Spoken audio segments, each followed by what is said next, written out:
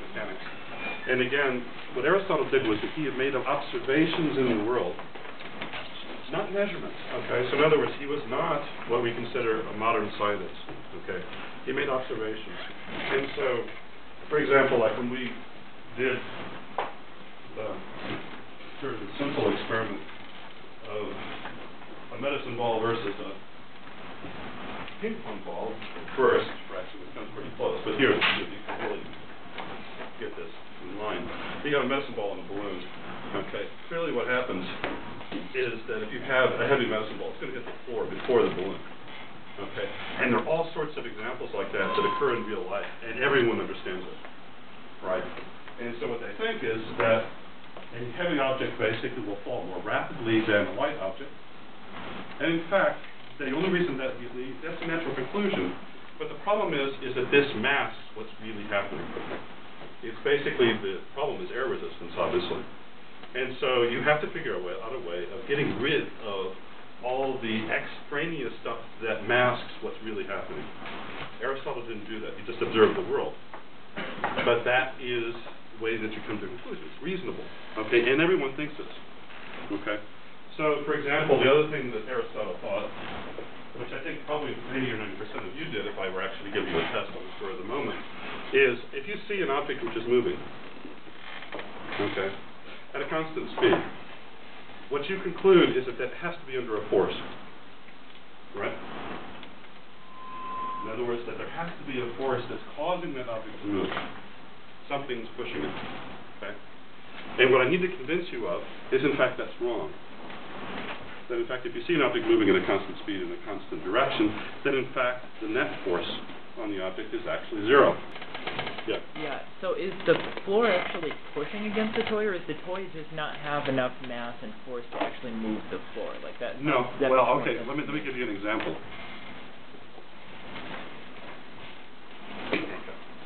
It's always dangerous sitting in the front row. Okay. But, okay. Now, this thing, I think what it says is 6 kilograms, right? So that's about 12 pounds. Pretty heavy, right? Why does it sit on top of the table?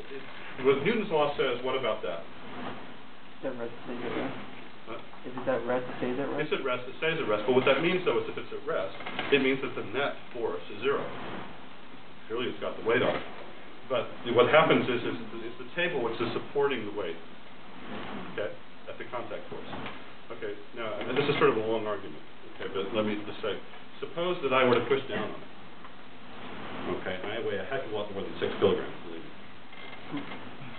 All right? So I push down on it.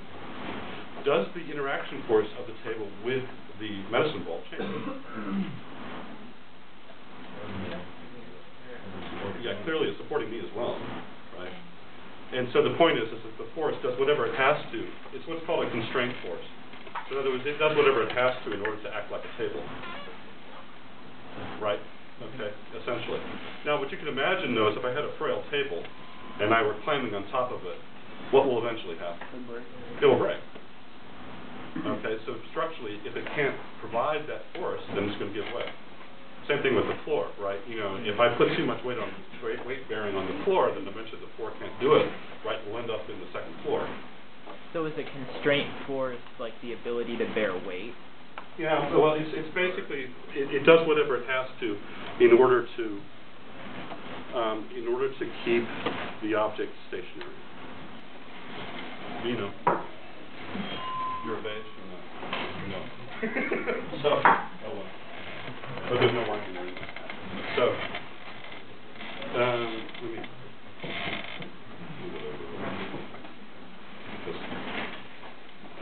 It's so humid in here, nothing would surprise me. There's actually a broken plate in there if you want anybody wants to test me on this. So, I tried doing 2 table settings and that was too much. So, inertia. Okay? So, the idea is what you have in the table setting with the, with the tablecloth underneath it. Okay? And the question is, well, can I very quickly do the hat trick of, I wouldn't trust me. So, but at least there are no sharp knives or objects. Okay. So, but the idea is that if you do it very quickly, right? And the question is, you have to decide, well, what means quick? So everybody pray, okay, but we'll see. Okay?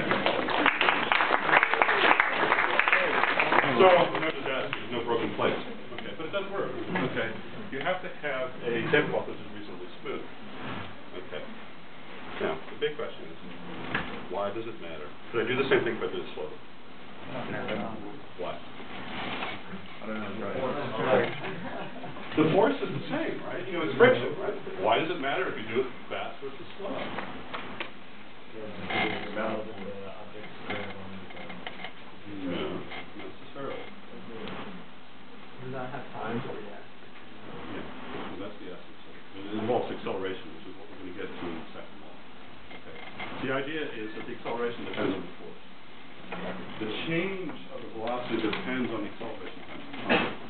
So the idea is if you do it very rapidly, right, then it doesn't have enough time to react so that the actual velocity changes. So it's not just the force, it's actually the interaction time. So if you do it very rapidly, then the force only acts for a very short period of time. And so it doesn't have time to react, and so the inertia stays there. Keeps it there. So you're saying you had two objects, or let's say chemicals, because it would be, it's the same thing as we call atomic, Yeah. and your reaction is quick, or if it's slow, the reaction's going to be different? Well, and you got to talk about friction, right? It's an excellent question. Okay. The problem is there are two different types of friction, which we'll get to. Okay. So in other words, it's a little bit simplistic. If I do it too slow, I can keep the plate and everything basically always in contact with the tablecloth, right? And the whole thing will just stay. Right? In other words, the relative motion of the plate and the tablecloth are in contact with each other and don't move.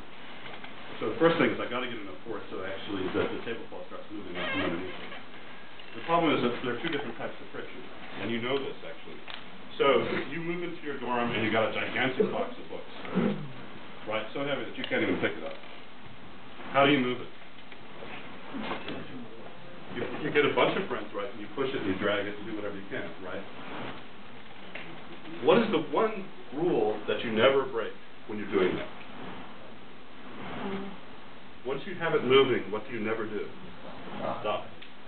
Because if you stop, right, then you have to get it going again, and it's hard to get it moving, right?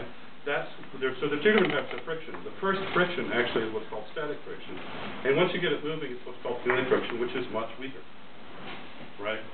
And so that's one of these other essences, right? So in other words, you have to get the relative motion started, and assuming you do it, it's fine. Okay, but if I do it slowly enough, it doesn't break that contact. And again, these are interatomic forces, right, ultimately. And so the idea is that they're actually flying on top of each other. And so it sort of has to skip over the roughness, atomic roughness as it goes. You get the idea? Yeah. Another good example is your car. Car's going 60 miles an hour, right? What kind of friction do you really want to have between the wheels and the road? This is what's called static friction, right? So in other words, the tires never actually move with respect to the road. They have to be in contact. What happens when you go into a skid? You lose all control because now the frictional forces are much less, and so you can easily get into really bad trouble. That's why you pump your brakes, right? You know, what you don't want to do is slam on the brakes when you're going to the skid. Again, it's very dangerous sitting in the front row, and believe me, and soon what I'll do is I'll have a bucket of water. Okay. It's going at a constant speed, right? The question I want you to think about is there a force? It's going at a constant speed, right? So the speed is a constant. Is there a force?